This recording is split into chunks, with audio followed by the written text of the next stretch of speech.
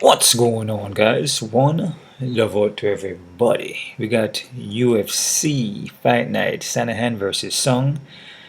Prediction, guys, may not give much breakdown on this one. I'm gonna fly through this real fast, actually. Been kind of busy here.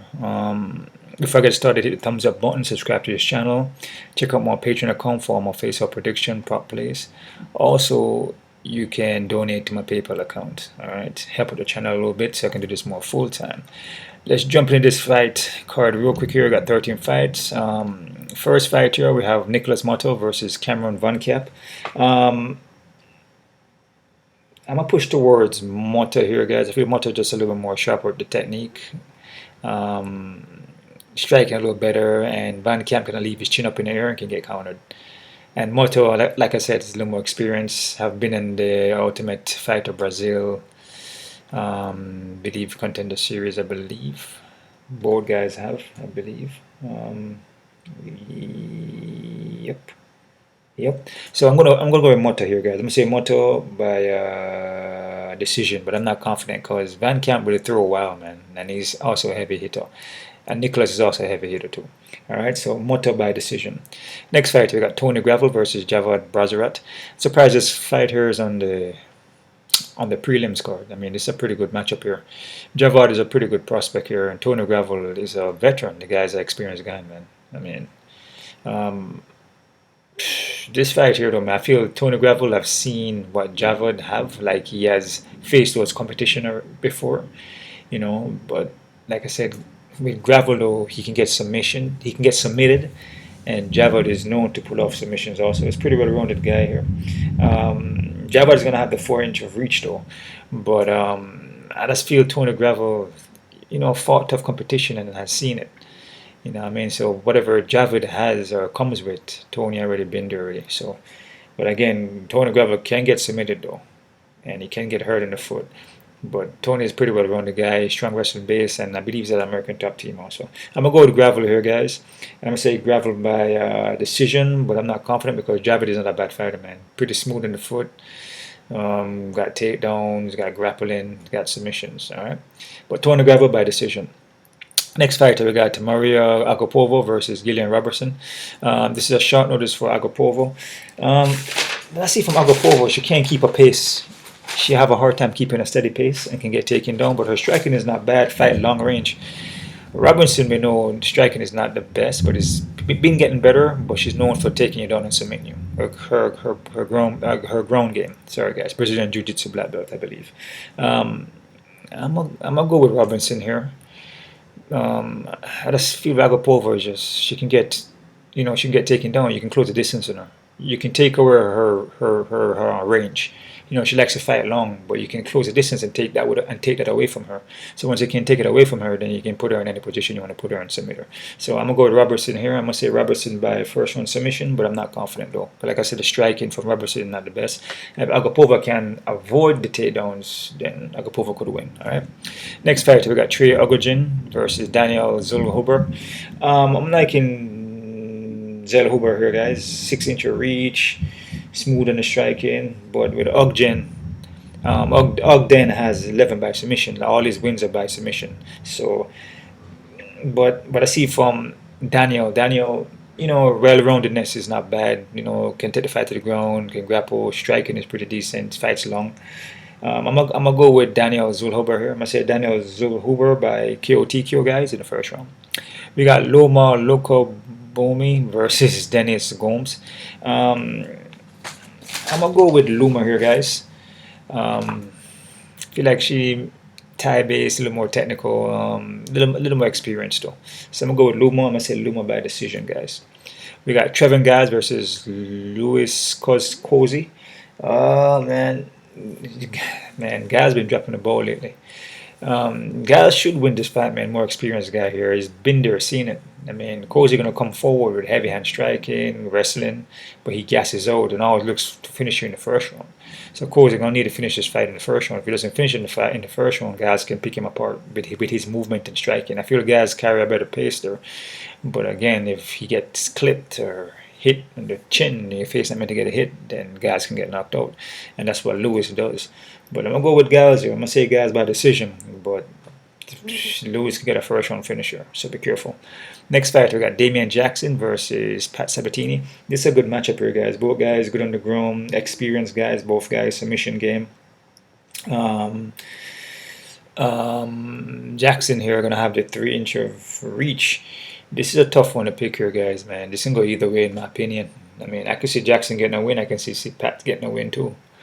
I'm gonna go with Pat Sabatini, though. I feel Pat Sabatini maybe a little more well-rounded. Jackson on the stand-up, I mean, he's there here and there, but I feel Pat got a better stand-up game. But when it comes to the ground, man, both guys could just basically cancel each other out and just end up being a stand-up fight. But I'm gonna go with Pat. I'm gonna say Pat Sabatini by submission, but I'm not confident, guys. Anthony Hernandez versus Mark Barrett.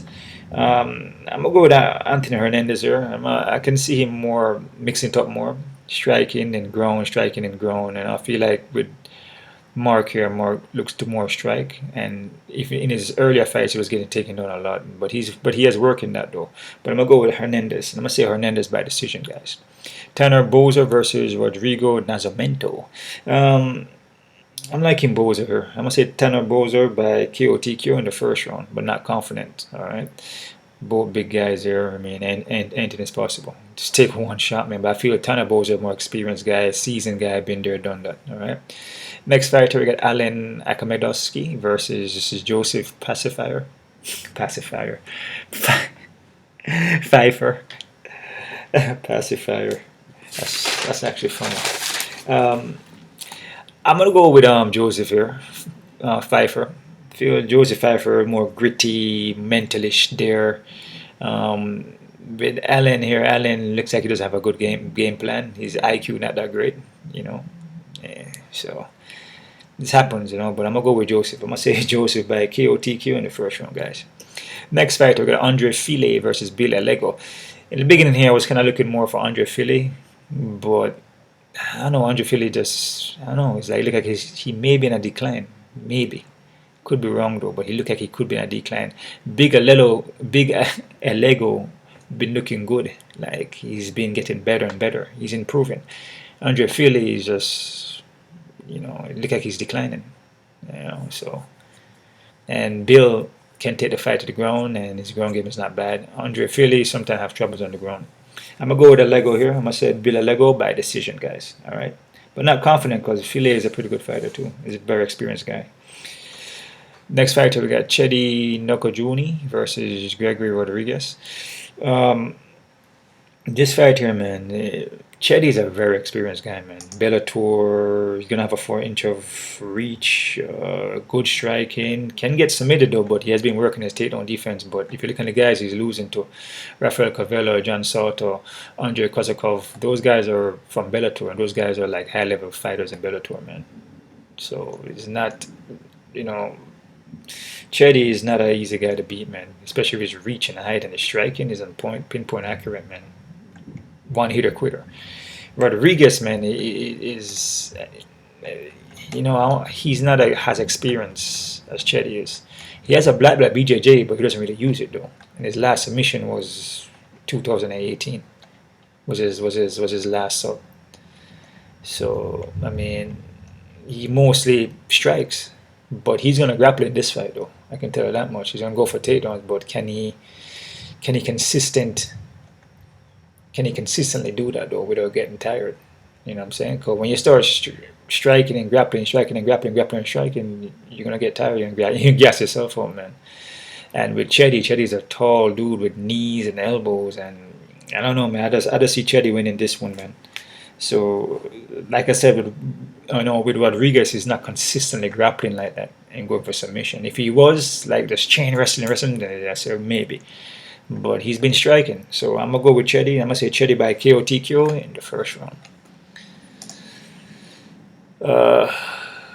Main fight in the card here, which is a good one. This is actually not a bad card, guys. We got Cory Sandhagen versus Yang Dong Song. I'm liking Cory here, man.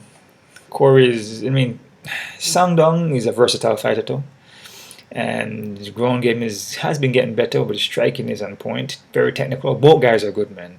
To just be honest, both guys are good. Cory Sandhagen is kind of have like a Dominic Cruz kind of vibe, in and out motion, kind of like a Kyokushin kind of striking, very technical, and Young Dong Sung did pretty much the same thing, like more of a kung fu kind of vibe to him. I mean, look for the openings, switch stance. But I just feel Cory is just, he puts together. I mean, as I said, both guys put it together nicely. I'm just liking Cory on this one. I just feel like the 3-inch reacher is gonna give some problem, and you're gonna stay out in the distance. And Cory is pretty good on the outside. You know what I'm saying? And he's very versatile, like I said. Hit you with different techniques here and there. And Sung is actually good at doing that, but the reach advantage. I'm gonna go with Cory here. I'm gonna say Cory by decision, guys. All right. Quick look at the odds here, so we're working with. I'm just flying through these real quick, guys, giving you the best predictions I can. Let's see here. Check out the odds we're working with. They got Motta 150, Van Camp underdog. I don't see nothing wrong with that, but still be careful because Van Camp got a heavy hands too, man, and Motta can get hurt. So be careful with that one. Tony Gravel and Javid, man, they got Javid at 170. I totally disagree with that. I'm going for Tony Gravel. I disagree with Javid being so high. He's a good prospect, don't get me wrong, but I feel Tony have seen Javid already. He has fought guys who are like Javid. So the experience goes a long way, guys. I disagree with this. If it's anything, this should be an even fight. I'm liking Gravel, but Javid could win, but I'm liking Gravel though. Be very careful with that one. Next fighter, see here, Daniel Zellhuber over Trey Ongjin or Ongding. This Daniel guy shouldn't be so high, man. I believe he's coming from the contender series. I mean, he looks good, but if he's anything, this should be a close to even fight, guys. I'm liking Daniel, but be careful when you see odds like this, man. I mean, just because Trey has a submission game, and all of his wins are by submission. So be careful with this one, man. The odds on him is too high. From coming from a contender series, man, it just doesn't make any sense, regardless of who we're fighting. But yeah, just be careful with this one. Robinson and Agapova, okay, 155, bam, bam, bam. I said this fight is an even fight because if Agapova can stuff the takedowns, then Robertson is in problem. So this is an even fight, but I'm liking Robertson though. Loma and Gomes got Loma 200. I don't really see anything wrong with that, but still be careful. I feel Loma should win. Trevin Giles and Lewis, man, I don't know about this one, man. Trevin Giles should win, man, but he dropped the ball a lot, and it looks like he's in a decline. If Lewis come in here and just push forward and land something on his chin, he could get knocked out. So this fight right here, man, I say even fight. Be careful with this one, man.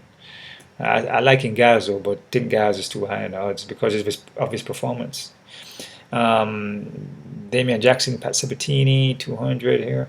This fight here, I'm liking Pat, but I say it's a kind of an even fight, man, because both guys are pretty much similar in a kind of way.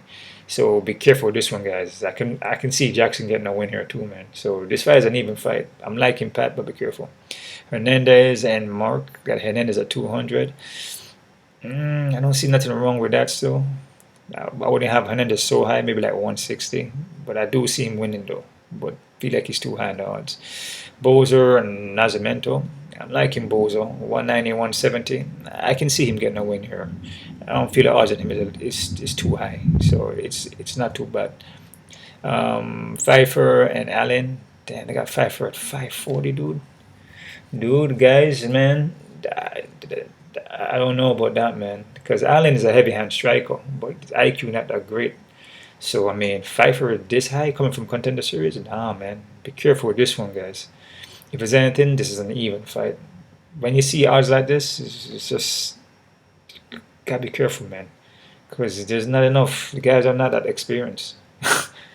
You know what I mean? I mean, why is he 540? I mean, Allen can throw punches too, and heavy handed. Just as his matchups in the UFC just hasn't went his way. But you never know. This is Pyfer gonna be his debut, so he shouldn't. Man, be careful with this one, guys.